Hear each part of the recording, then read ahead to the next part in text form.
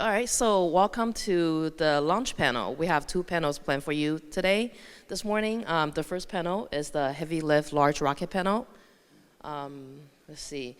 So for a very long time, the theme is AI and sovereignty, but for us, applying to the rocket segment, sovereignty is really the buzzword lately, and it's really the important part. Large rockets have very long time been the backbone of sovereign space power. In recent years, we've seen many large heavy lift rockets coming online, especially this year, and moving into commercial services. Although just not that long ago, all we can hear about is how important, how exciting that it is to develop a small rocket. But that trend seemed to have come and gone a bit and quiet down, and we're hearing a lot more about the large rockets, and we're seeing a lot more investment and attention paid to this particular segment in the very recent time.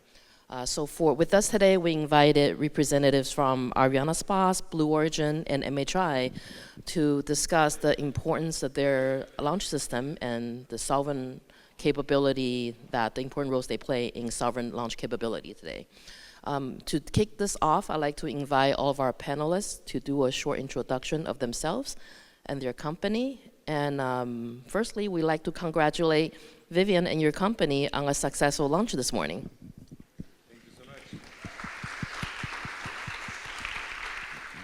So start with you. And thank you so much, Monica. And thank you, Tiffany, and thank you, Kazuya, who sent me this morning very early congratulations on the launch. So thank you. That tells a lot. There's still one guy I haven't heard of to congratulate us, one company, and you guess which one it is. It's run by a guy who names his kids like a software computer update. Anyway, so thank you. I am Vivian Quénet. I'm the managing director for Arianespace for Asia Pacific. And Arianespace is a launch service company, as you know. Good morning. Hi, I'm Tiffany Wong Hall, and I head our commercial and international sales team. I've been with Blue Origin for about 8 years, and I'm very happy to be here. This is my second APSCC, and it's an honor to represent my company, and I'm here to talk about New Glenn. Hello, my name is Kazuya Yufu, ni hao, and I'm very honored to be here. Actually, Taiwan is my first traveled abroad country alone. I was a student. It was over 30 years ago. At the time, I was very alone, but today we're full. I'm happy. And I'm very happy to return to Taipei as one of the panelists. And for the H3 rockets, just 10 days ago, we successfully launched the H324 type. That is the most powerful versions. So we have 5 consecutive successful so far. And next year, we will launch the 5 launches, around 5 launches. And also our next flight is scheduled December 7th. So we are ramping up to meet the customers' demands. Thank you. Thank you. So the very first thing I think on everyone's mind here is they're trying to buy a launch. And it's really not that easy to buy a launch these days, because from what I heard, the word on the street is there's a supply shortage. In just recent times, I think September in Paris, one of the executives from Kuiper was stating that one of his biggest challenges really is from all the delays from the launch vehicles. They're having trouble getting their satellites up into space. Would love to hear a little bit about, for each of your development program, your company, what is your plan on the launch rate ramp up? And when can we expect some more upcoming launches or starting of the launch service? Vivian? Yeah, so for the ramp up, this year we are planning to have 4 launches. We did 3 with the one of this morning, one more in December, and as I said yesterday, another one, but on a Vega C rocket. Next year we are planning to ramp up to 8 launches a year, and then 10 from 2027 onwards. The issue that we have is because we were late with the launch of the Ariane 6, we have now a big backlog, so we're not going to have more slots until the end of 2028, so that's the issue.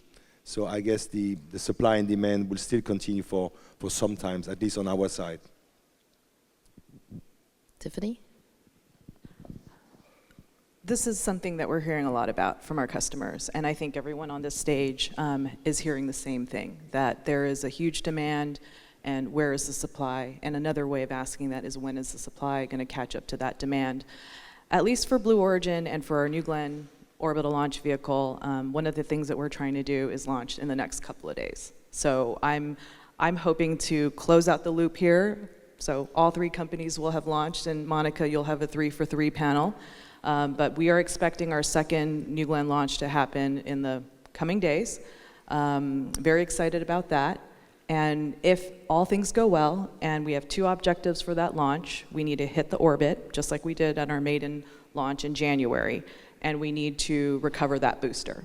Recovering the booster is essential for us to bring more supply to the market. So if we don't recover the booster, it's not the end of the world. We have a lot of vehicles already in production, and so we're anticipating for that. And in 2026, we have a full manifest, but we are definitely hoping to ramp up our cadence and bring a significant supply to the market in 2027 and beyond. Thank you. Yufu-san, I know you talked a little bit about the cadence earlier. It's cadence, yes. Any plans to make more, because there's such a pent-up demand right now? Right. As for the cadence, we need to ramp up the cadence. As I said, next year we plan to launch around 6 launches, and after 2027 timeframe, we increase the launch cadence more than 7. Because one reason is that actually MHI launched the H2A rocket, that is the predecessor rockets. We launched the final with the H2A rocket, flight number 50, this June. So that year is a kind of the transition period from the H2A to H3. But right now we are able to focus on the fully for the H3 rockets. So that's why we're gradually, not like drastically, but we are moving forward step by step, steadily to increase the launch cadence. So moving back, Tiffany, more question for you. We probably all have seen the impressive video that Jeff Bezos made of your factory. If there's such a pent-up demand, would you be able to just make more rockets and increase that production and launch rate? Yeah, I think we definitely, well, thank you for the video. That was a very insightful look into the behind the scenes that I don't think we've ever done before. But what that has definitely done for us is proven there is this need for us to ramp up our production. And we have the facilities, and we are fortunate to be in a position where we have a founder who is very invested in the infrastructure to enable that to happen. So a lot of it has to do with the innovation that we're putting into our manufacturing. We also recognize that there's bringing supply to the market, but then there's also addressing the issue of price. That's another thing that we're very sensitive to, that we're hearing. And so we need to also ensure that we reduce our costs. This is something that we're holding ourselves accountable to, and that starts with our manufacturing. So it's the investment, it's the innovation with our manufacturing, and then it's actually executing in our production as well. That makes a lot of sense, and you brought up a really good segue for me into pricing. We all have seen the recent successful testing of Starship. Even though there is a pent-up demand and shortage of supply, SpaceX has been saying that the Starship will coming online fairly soon, and in terms significantly lower the launch price. Vivian, we would love to get some of your view on that. What do you think the beginning of Starship into commercial launch service, the impact it will have on the pricing and the supply-demand landscape? Well, I think the Starship is a purpose-built vehicle. It's purposely built for Starlink. So I think the impact, in my opinion, will be felt more on the satellite communication business, because that will allow, indeed, to have more satellite, a faster deployment of bigger satellites. So I think the effect will be more on the satellite communication rather on the launch. 80% of SpaceX customer is SpaceX. They are their own customer. I do not expect a big change on the launcher price because there's a lot of things that we are not sure yet what the Starship will do. For example, and that's just one example, for geostationary satellites, how they're going to do. It is expected today that the Starship will bring those satellites to LEO, and that those satellites will then raise to geostationary with OTVs. That may happen, that may not happen. We're increasing the risk because you are then using two vehicles. So we have to see how that evolves. So I think it's too much speculation for now to say what will exactly happen with the price of launches. Thank you. Tiffany, do you agree? Yeah, I do agree that there's probably, it's probably too soon to speculate. And I think what we'll find is, you know, SpaceX often is, and I think somebody mentioned this on the previous panel, that they are a market disruptor, and they're often an aspirational target for many companies as well. I mean, their cadence is a fact. They're very inspirational, and I think we're all trying to achieve that. But who's to say what will happen with Starship? I certainly don't think I can comment on what the pricing situation will bear. Yufu-san, what are your thoughts? Yes, I think Starship is technically excellent, but at the same time, which I have already received the orders from the prestigious customers, including the Japanese government, and not only, but also with the commercial market and also the overseas government, including kinds of the UAE. That is the example. So I think the customer needs the diversity. Yes, and the customer needs our heavy lift launchers. So we are aiming to, you know, the more healthy global market in the space, especially in the launch service markets. Just if I may add something, just to make an analogy, just look at what happened with the Airbus A380. Okay, so everybody thought it would be a success because it was based on a model where you had fewer international hubs. And it just happened that regional hubs developed much more, and hence the need for actually smaller planes and not bigger planes, because it was not easy to fill them up all the time. They would only make sense if they were full. So they had, I think at that time, 15% fuel economy, if and only if they were 100% full, which was not the case. And in the end, I think very few people are now operating. I think only Emirates, Qantas, but not as much as we had in the past. So that's why I think it's too early to say what will happen. That is an interesting point, although we saw that when the small rockets were coming online, SpaceX started introducing the transporter service and significantly lowered the pricing, which really hurt a lot of business plans for these small launch providers. I completely agree with your point, but do you see something similar? Yeah, there's the market demand, and then there is the strategy that somebody will use. That's obviously predatory pricing. If you make the calculation at, I think it's $1 million for 200 kilogram, or it's a bit more now, but if you calculate every launch of a transporter mission, the revenue is between 10 and 15 million, right? And everybody knows, or at least on the launcher side, we all know that for that kind of money, you are losing money. So it's just doing that to kill the micro launchers.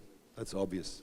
Do we think it's sustainable, though? I mean, given the development price for Starship is quite significant. He's got deep pockets. So, I think he's the richest man on earth, so he can sustain for quite a while. I'm not sure whether he's going to do it or not.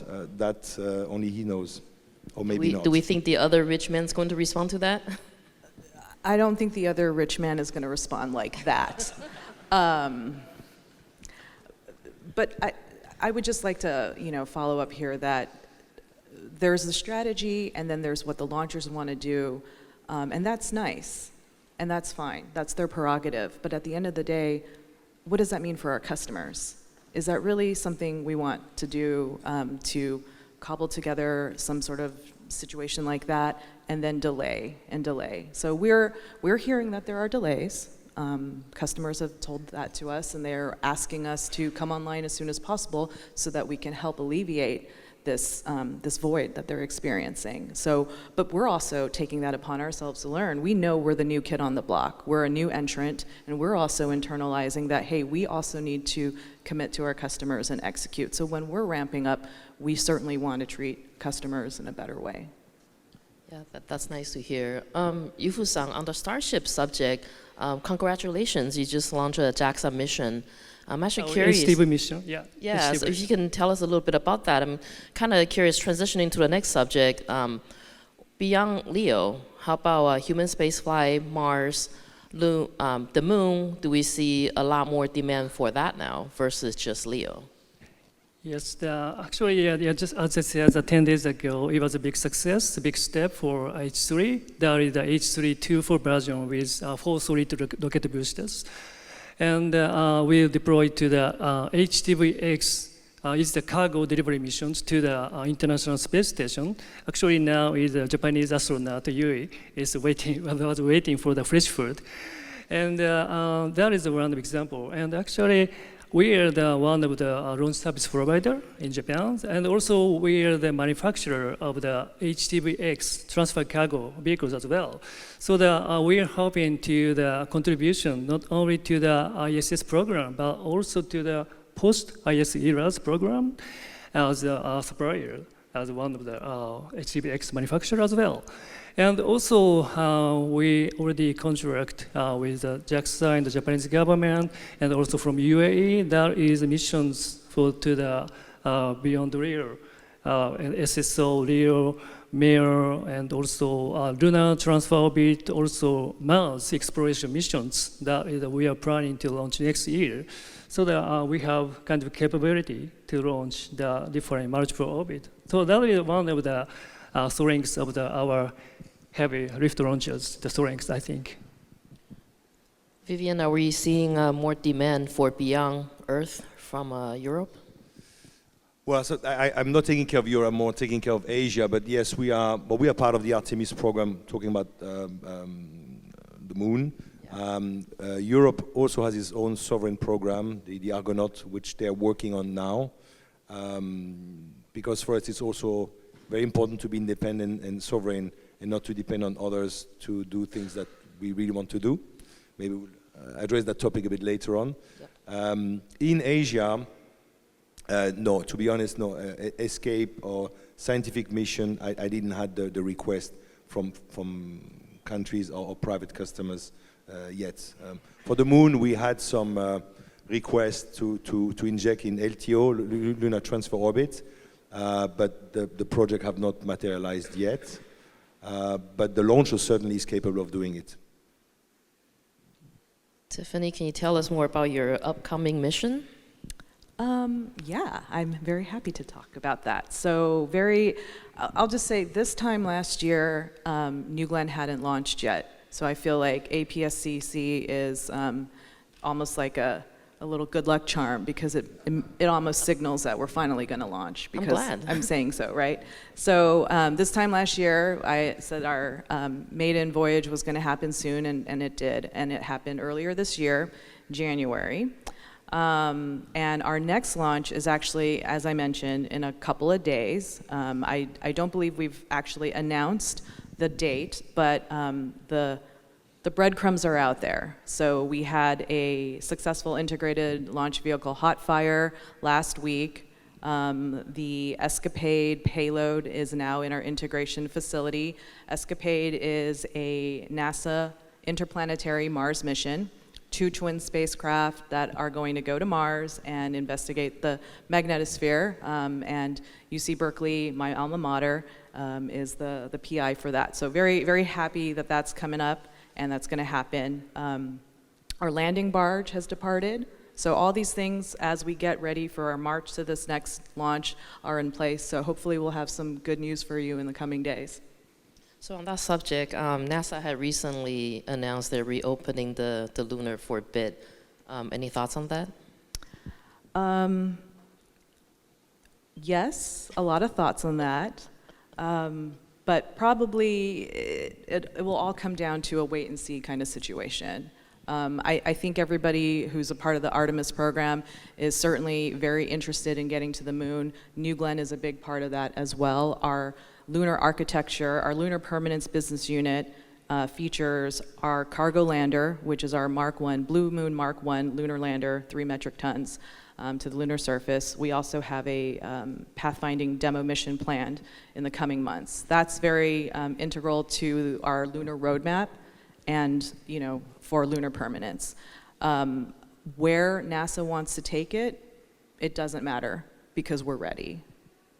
So it's really however they want to play it, we're ready to pivot. Do you have a pick? Moon or Mars? Pardon? Moon or Mars? Like my preference? Or yeah. I mean, I do like that we're going to get to Mars first. That's cool. Okay, it's pretty cool. So Vivian, coming back to you, you brought up sovereignty. Recently, the Arianespace and Avio made a joint statement about incentivizing and having European missions being launched on European rockets. What are some of your thoughts about that? Because if we're having all the European missions only launch on European rockets, what happened to international customers and a broader market? What's the trade-off on that? Yeah, so the model of Ariane and Arianespace has always been a mix of institutional and commercial.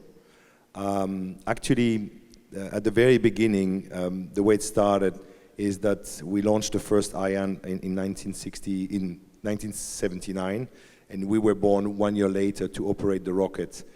And from the beginning, the idea was we are going to provide independent access to space and sovereign access to space for institutional customers in Europe, but we're also going to provide that service to commercial customers because by building more rockets, we would scale, and by scaling, we could bring down the price that our institutional will benefit. And at the same time, we would offer the service to commercial customers or to other countries. So that was the model since the beginning, so we have no intention to stop that. We do have an agreement with our institutional, with ESA, to give us every year at least 4 launches. And as you could see, we are planning to have 10 launches every single year. So that means 6 launches which are going to be commercial. So back to your question, yes, we intend to continue to have the mix 40-60, 50-50 on Arianespace customer base. This is something we should expect ongoing. Right now, there's a heightened global situation between China, Russia, Ukraine, all the situation that's happening. Do we expect the sovereign launch capability importance to continue? Yeah, I think it's crucial, and I think the very existence of Arianespace is linked to a story that happened to us. And I can give you the story. It's in the 70s, in 1970, France and Germany were building the first communication satellite. And at that time, we were launching on Delta with the US. And the US just told us, look, we can launch you, but you have to sign a contract with us that you're not going to sell the service. And of course, we were not in agreement with that because the whole idea was precisely to do that. And the reason they were doing that is that they wanted to protect the interest of Intelsat, which was owned at 50+% by US companies. So eventually they did sign the contract and they did not sell the service. But at the same time, so that was in 71, in 73, they agreed to launch the Ariane program. And 6 years later, the first Ariane was launched. So because of that constraint, we are live now, so it's a good thing. But most important, it shows how important it is to be sovereign because you cannot be denied something. And that's the same philosophy that what we are doing with the GPS, the Galileo. Can you imagine a country without a GPS? Nobody can imagine that. So that's why it's important to have that. This morning we launched Sentinel, and I was a bit tired, but what is exactly Sentinel doing? I knew it was Earth observation, so I checked when I was watching TV, and I looked exactly what it does. It's sea ice, oil spill, floods, earthquake, ship traffic. That's for the SAR, the radar one. The optical is for crops, forests, cities, lakes, coastal zone. The S3 is altimetry, sea surface height, temperature, fire hotspots. The other one, global map, CO2, NO2, SO2, ozone, methane, and so on and so on. Can you imagine a country that could not have that kind of information? I don't think so. You don't want to rely on anybody to have this kind of information because it's all the agencies, civil defense, that are going to, all the agencies of the country that are going to use that data. So we need that. And the good thing with this program is that it's open to the world, it's for free, And by the way, everybody can open an account. I did it this morning, and it's quite cool. You can look at your backyard, and you can have very cool pictures in infrared of your house and stuff like this, the moisture, and I really encourage you to do it. I can give you the link later on for those who are interested. It's super cool. I feel like there's a business plan coming up. I should make a business plan competition out of this. Thank you. So Ariane's pretty much, I think, the only large heavy lift rocket in Europe for what we can see so far and what we can see for the next 5 to 10 years. It's not the same landscape in the United States. Blue Origin, on the other side, it's an up-and-coming competitor competing with the incumbent and someone that's really dominating the market globally. We'd love to get your thoughts on that. I mean, the US government has put in a lot of money, and they understand the importance of sovereignty and funding the space industry to continue that development. Just very recently, the Space Force allocated about $14 billion to fund 54 missions amongst 3 US operators. Tiffany, we'd love to get your thoughts on that, of how does Blue Origin view the importance of sovereignty? How do you compete in that crowded market of the United States? Absolutely. Sovereignty is vital for everything that, Vivian just said, mic drop moment. It's completely vital, even to the US. And we're hearing from our government customers how important it is. We were very lucky to be able to on-ramp and be selected and to be a part of that assured access, the resiliency. At least with Blue Origin, one of our additional product lines and product offerings that we bring, in addition to New Glenn, to address that sovereignty issue and that assured access to space is our Blue Ring, our multi-orbit, multi-platform vehicle. You can think of it as a OTV on steroids, right? It maneuvers, it hosts, it deploys, but it also addresses that sovereignty issue. I think we were hearing this theme yesterday about the need for control, the need for flexibility, and something like Blue Ring does also provide that to a lot of our government customers who are very interested. The idea of being able to reposition, the idea of being able to have a data relay, a comms network, that kind of stuff. That's really resonating with them. So sovereignty is vital. We at Blue Origin hope to address that.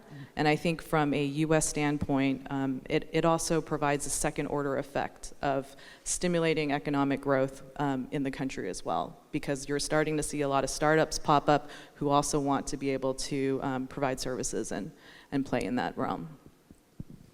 Thank you. And Yufu-san, Japan has recently put in a large amount of space strategy fund to really encourage local space startup ecosystem development. And also recently, I heard that they're starting to bring in more international collaboration as well. We'd love to kind of hear your thoughts on that. What do you view as the importance of MHI play in your sovereign launch capability, and how do you think that new ecosystem development could complement your role? Yes, it's because of the geopolitical issues. As you know, the Japanese governments, especially the defense, the security is about this is growing, and also in addition to the space government the budget, as it says, the new Japan's Space Strategy Fund was established last year. It's offering around $7 billion US. So thanks to that, the currently startup companies activity is increasing. And actually right now around the startup company in Japan is more than 100. So the other legacy company like MHI is developing kinds of the new technologies thanks to the strategy fund. It's early to say, but let me explain. One example is we are now researching and developing for the kinds of 3D printing rocket tank technologies. It's still early stage, but there is possibility to use a kind of the cutting-edge technologies for the next generation of rockets. Actually, it's some of the components of the H3 right now is manufactured by 3D printing, but we're going forward to expand the part of the components and also going to the rocket tank as well. So that kind of is the trend in Japan. Thank you. I think we have time for just really the last question. We'd love to get everyone's thoughts on that. We've all seen the popularity of the transporter mission by SpaceX. The question is, if the rideshare launches are so cost-effective and in high demand, why aren't they offered more frequently each year? Vivian, I think you kind of touched on this earlier. So yeah, is it working? Yeah, we're going to have a ride share as well. Unfortunately, we have to wait because of the backlog. So, and we also need to qualify the platform and the adapter that we're going to use. But it is our intention to also have to offer ride share probably from 2028 onwards. But it's also important. I was talking about sovereignty, but I think everybody should talk about his own sovereignty, its company sovereignty. Be careful if you rely solely on one launcher and that launcher one day stops serving you, then your business is over. I'm just Caution. Be cautious. Tiffany? We absolutely are talking to customers about rideshare. We have a massive rocket. We have a 7-meter payload fairing. It is completely optimized for rideshare.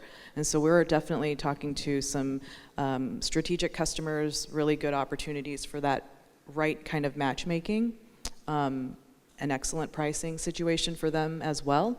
But yeah, we're definitely thinking about that. I don't know that we will necessarily formalize anything the way there is a transporter, but we are definitely talking to customers about rideshare opportunities.